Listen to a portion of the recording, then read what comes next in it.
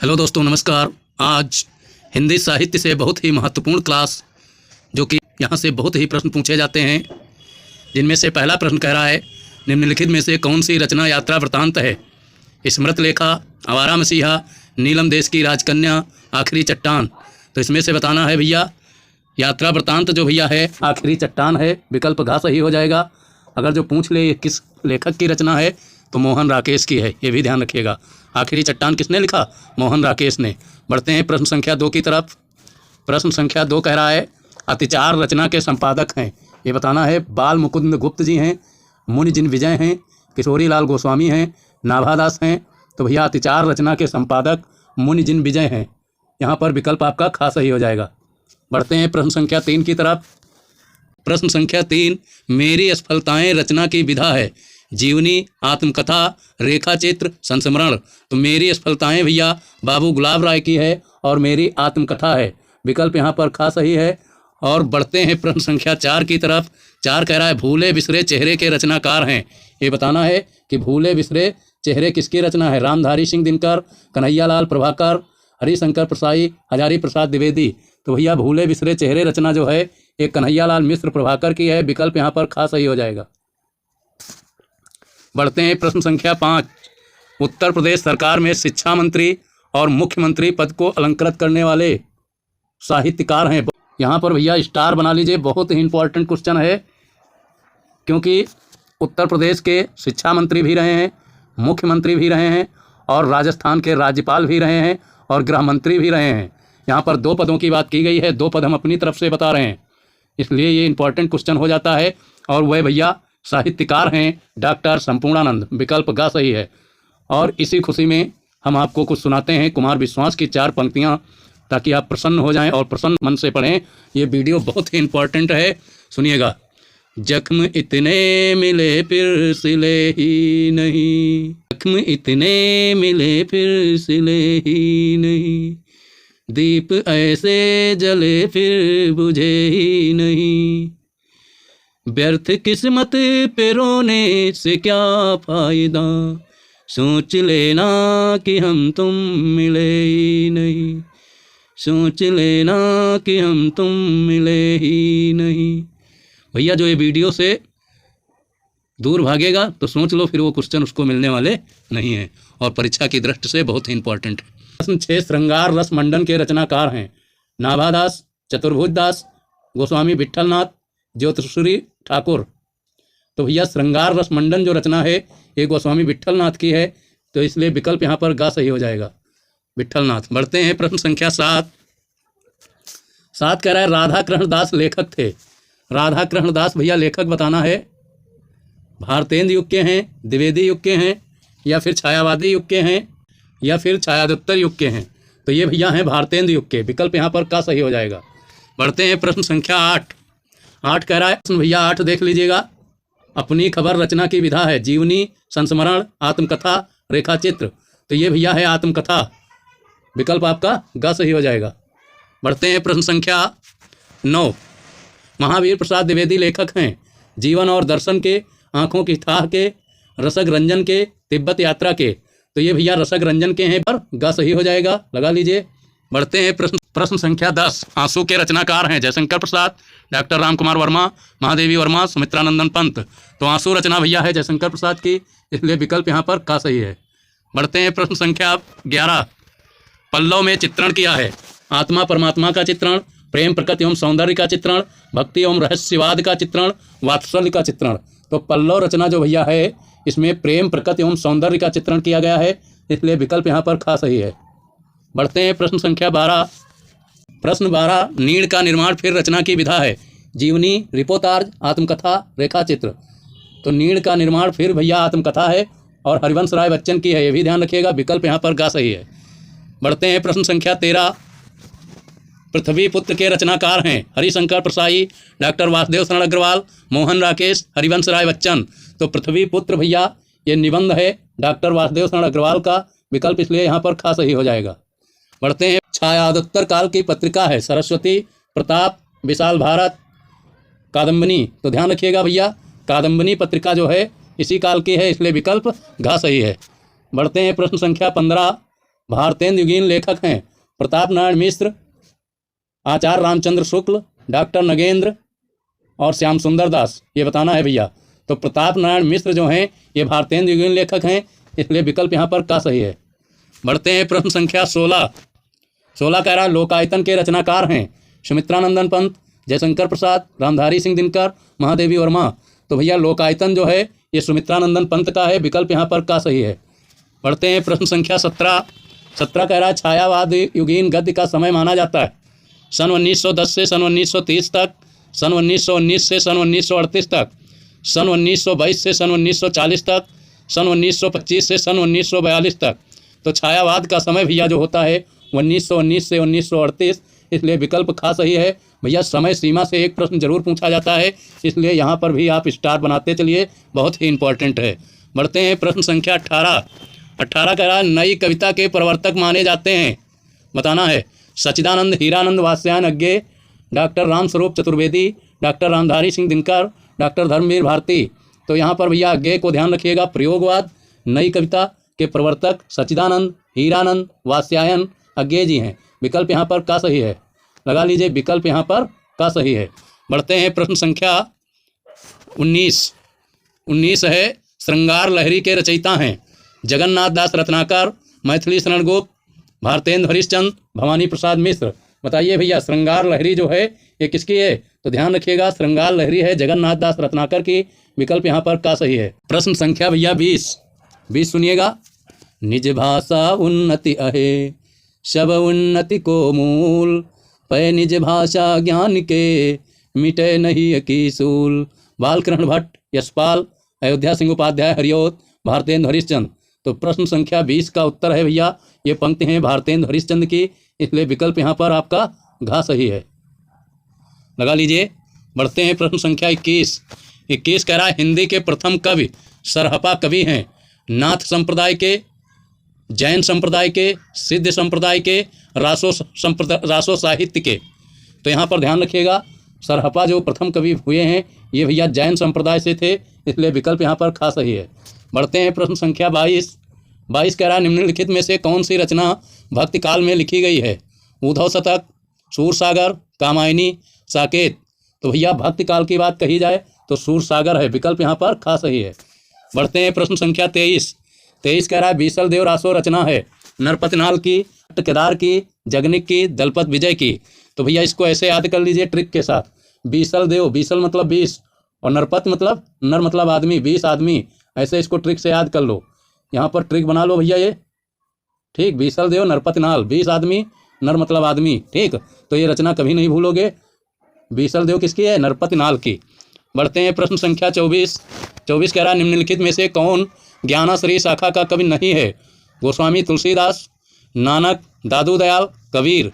तो भैया जो तुलसीदास हैं ये भैया ज्ञानाश्रयी के नहीं हैं, ये रामाश्रयी के हैं, इसलिए विकल्प यहाँ पर नहीं की बात की जा रही है, इसलिए यहाँ पर गोस्वामी तुलसीदास जी नहीं हैं। नानक भी ज्ञानाश्रयी में आते हैं, दादू दयाल भी आते हैं और ये कबीर भी आते हैं, ये तीनों कवि आते हैं, गोस्वामी तुलसीदास नहीं आते हैं। ये ध्यान रखिए, ये तीनों हैं और ये नहीं है, इसलिए विकल्प नहीं की बात कर रहा है, तो विकल्प का सही है। बढ़ते हैं प्रश्न संख्या 25। 25 कह रहा है उद्धव शतक किस काल की रचना है, आधुनिक, भक्तिकाल, आदिकाल, रीतिकाल। तो 25 नंबर का क्वेश्चन बताना है उद्धव शतक भैया किसकी है, किस काल की है।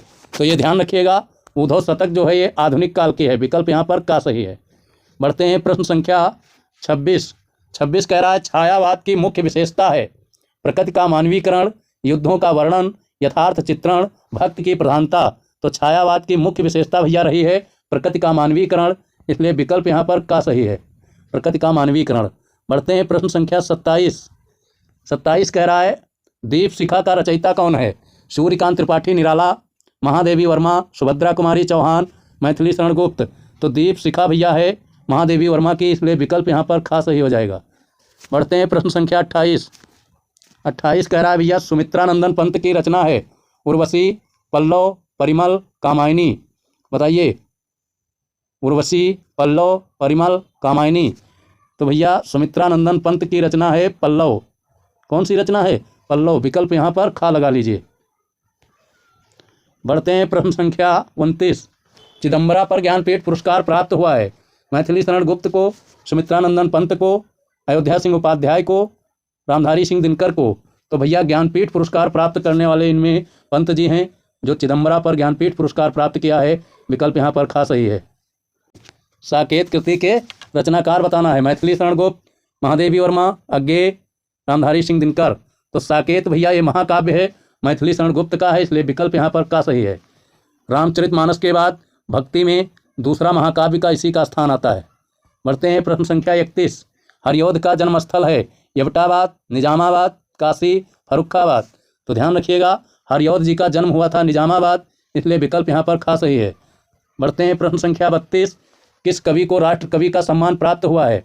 भारतेंदु हरिश्चंद्र, सूर्यकांत त्रिपाठी निराला, मैथिली शरण गुप्त, अज्ञेय। तो भैया ध्यान रखिएगा, दो राष्ट्र कवि हैं जिनको राष्ट्र कवि का दर्जा प्राप्त है। एक तो हैं दिनकर जी, नोट करिएगा, दिनकर जी, रामधारी सिंह दिनकर बिहार राज्य के कवि। दूसरे भैया हैं मैथिली शरण गुप्त, मैथिली शरण गुप्त, नोट कर लीजिएगा, मैथिली शरण गुप्त। यहाँ पर विकल्प गा सही है। बढ़ते हैं प्रश्न संख्या 33। तार सप्तक के संपादक हैं विद्यानिवास मिश्र, मुक्तिबोध, अज्ञेय, हजारी प्रसाद द्विवेदी। तो तार सप्तक के संपादक हैं भैया अज्ञेय जी, इसलिए विकल्प यहाँ पर गा सही है। बढ़ते हैं प्रश्न संख्या 34। प्रिय प्रवास के रचनाकार हैं मैथिली शरण गुप्त, अयोध्या सिंह उपाध्याय हरिऔध, भारतेंदु हरिश्चंद्र, रामधारी सिंह दिनकर। तो प्रिय प्रवास जो रचना है भैया, यह अयोध्या सिंह उपाध्याय हरिऔध की है, विकल्प यहाँ पर खा सही है। और यह खड़ी बोली का प्रथम महाकाव्य है, ध्यान रखिएगा, ये खड़ी बोली का प्रथम महाकाव्य भी है। खड़ी बोली का प्रथम महाकाव्य, नोट कर लीजिएगा, बहुत पूछा जाता है। बढ़ते हैं प्रश्न संख्या 35। 35 कह रहा है छायादोत्तर काल का समय माना जाता है सन 1938 से सन 1953 तक, सन 1953 से अद्यतन, और सन 1918 से सन 1938 तक, सन 1925 से सन 1953 तक। तो ध्यान रखिएगा भैया, ये विकल्प गा जो है सन 1918 से 1938 तक, यही विकल्प आपका सही है, नोट कर लीजिएगा। हम बता रहे हैं समय सीमा से एक प्रश्न जरूर आएगा, नोट कर लीजिए बुक में। बढ़ते हैं प्रश्न संख्या 36 की तरफ। 36 कह रहा है आलखंड का दूसरा नाम है बीसल देवरासो। यहाँ पर भैया मिस प्रिंट हुई है, आहखंड हो गया है, इसमें से आधा ला छूट गया है, यहाँ पर आ और हा के बीच में आधा ला बनेगा। आलखंड बीसल देव रासो का है, नहीं है, बता चुके हैं। बीसल देव, नरपति लाल, परमाल रासो यही है, क्योंकि आलखंड का दूसरा नाम परमाल रासो है। विकल्प आपका खा सही हो जाएगा। और किसी से मतलब ही नहीं, खुमान रासो से भी मतलब नहीं है, ये भी गलत है और ये भी गलत है।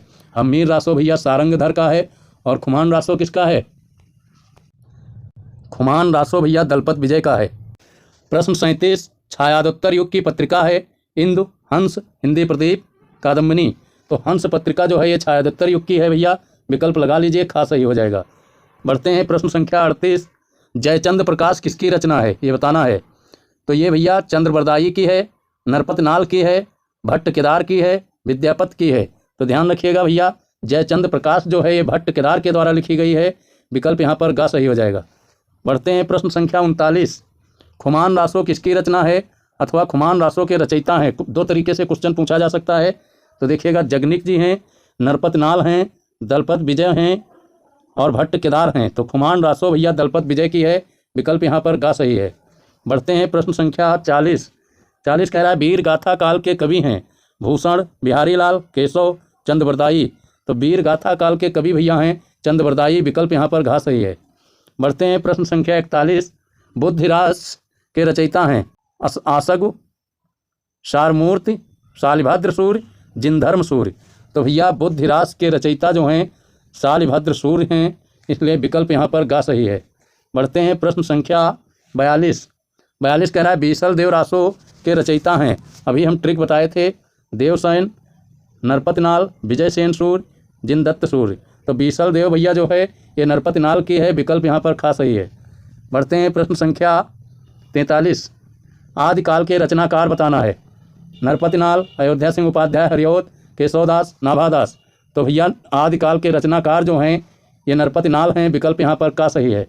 बढ़ते हैं प्रश्न संख्या 44 हिंदी साहित्य के आदिकाल के लिए बीजवपन काल का नाम दिया है। यहाँ पर भैया स्टार बना लो, बहुत ही इम्पोर्टेंट है।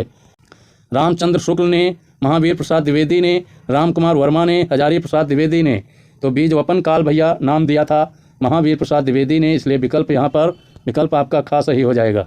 इस कह रहा है विद्यापद के पदों में कहीं कहीं पुट है। किस चीज़ का पुट है ये बताना है, श्रृंगार का, भक्ति का, नीति का, प्रशस्ति का। तो विद्यापद के पदों में भैया कहीं कहीं भक्ति का पुट मिलता है, इसलिए विकल्प यहाँ पर खास सही है। बढ़ते हैं प्रश्न संख्या 46। 46 कह रहा है आदिकाल का वीरगाथा काल नामकरण किया हजारी प्रसाद द्विवेदी ने, डॉक्टर राम कुमार वर्मा ने, आचार्य रामचंद्र शुक्ल ने, मिश्र बंधु ने। तो आदिकाल का भैया वीरगाथा काल नाम दिया था आचार्य रामचंद्र शुक्ल ने, विकल्प यहाँ पर गा सही है। प्रश्न 46 आदिकाल का वीरगाथा काल नामकरण किया है हजारी प्रसाद द्विवेदी ने, डॉक्टर राम कुमार वर्मा ने, आचार्य रामचंद्र शुक्ल ने, मिश्र बंधु ने। तो ध्यान रखिएगा भैया वीरगाथा काल नाम दिया है आचार्य रामचंद्र शुक्ल ने, इसलिए विकल्प यहाँ पर गा सही होगा। जब बीजवपन काल की बात आए तो महावीर प्रसाद द्विवेदी ने। अगर जो कह दिया जाए कि आदिकाल को आदिकाल ही किसने नाम दिया है तो डॉक्टर हजारी प्रसाद द्विवेदी। किसी भी प्रकार से कहीं से क्वेश्चन बनाया जाए आपको हार नहीं माननी है, 1 नंबर छोड़ना नहीं है, बिल्कुल 100 नंबर की तैयारी हिंदी में करना है तो करना ही है। 45 कह रहा है अमीर खुसरो की चर्चा निम्नलिखित में से किसमें है, राहुल बेल में, खालिक बारी में, पाहुड़ दोहा में, भविष्यत कहा में। तो ये बताना है भैया कि अमीर खुसरो जो कवि हैं इनका कहाँ पर वर्णन मिलता है, कहाँ पर इनकी चर्चा है, ये बताना है। तो भैया वो रचना है खालिक बारी, विकल्प आपका खास सही। बढ़ते हैं प्रश्न संख्या 48। हिंदी की प्रथम रचना है दोहा कोश, श्रावकाचार, पृथ्वीराज रासो, भरतेश्वर बाहुली रासो। तो हिंदी की प्रथम रचना भैया जो है तो ये श्रावकाचार ही है, विकल्प यहाँ पर खा लगा लीजिए। प्रश्न 49 हिंदी का प्रथम महाकाव्य है खुमान रासो, साहित्य लहरी, पृथ्वीराज रासो, साकेत। हिंदी का प्रथम महाकाव्य भैया, हिंदी का प्रथम महाकाव्य है पृथ्वीराज रासो, विकल्प यहाँ पर गा सही है। बढ़ते हैं प्रश्न संख्या अंतिम 50। निम्नलिखित में से कौन सी कृति रीतिकाल की है, रामचरितमानस, पद्मावत, बिहारी सतसई, कामायनी। तो भैया रीतिकाल की बिहारी सतसई बहुत ही प्रमुख रचना है। इसी एक रचना से बिहारी जी अमर हैं। रीतिकाल को 3 भागों में बांटा गया, रीति सिद्ध, रीतिबद्ध, रीति मुक्त। तो ये रीति सिद्ध के कवि हैं, एकमात्र रचना से अमर हुए और ये गागर में सागर भरने वाले कवि कहे जाते हैं। बहुत कम शब्दों में बहुत कुछ कह दिया है। आशा करता हूँ क्लास पसंद आई होगी, तो क्लास को अपने इष्ट मित्रों को शेयर ज़रूर करिए और वीडियो को लाइक करिए, चैनल को सब्सक्राइब कर लीजिए। मिलते हैं अगली और महत्वपूर्ण क्लास के साथ। Thank you.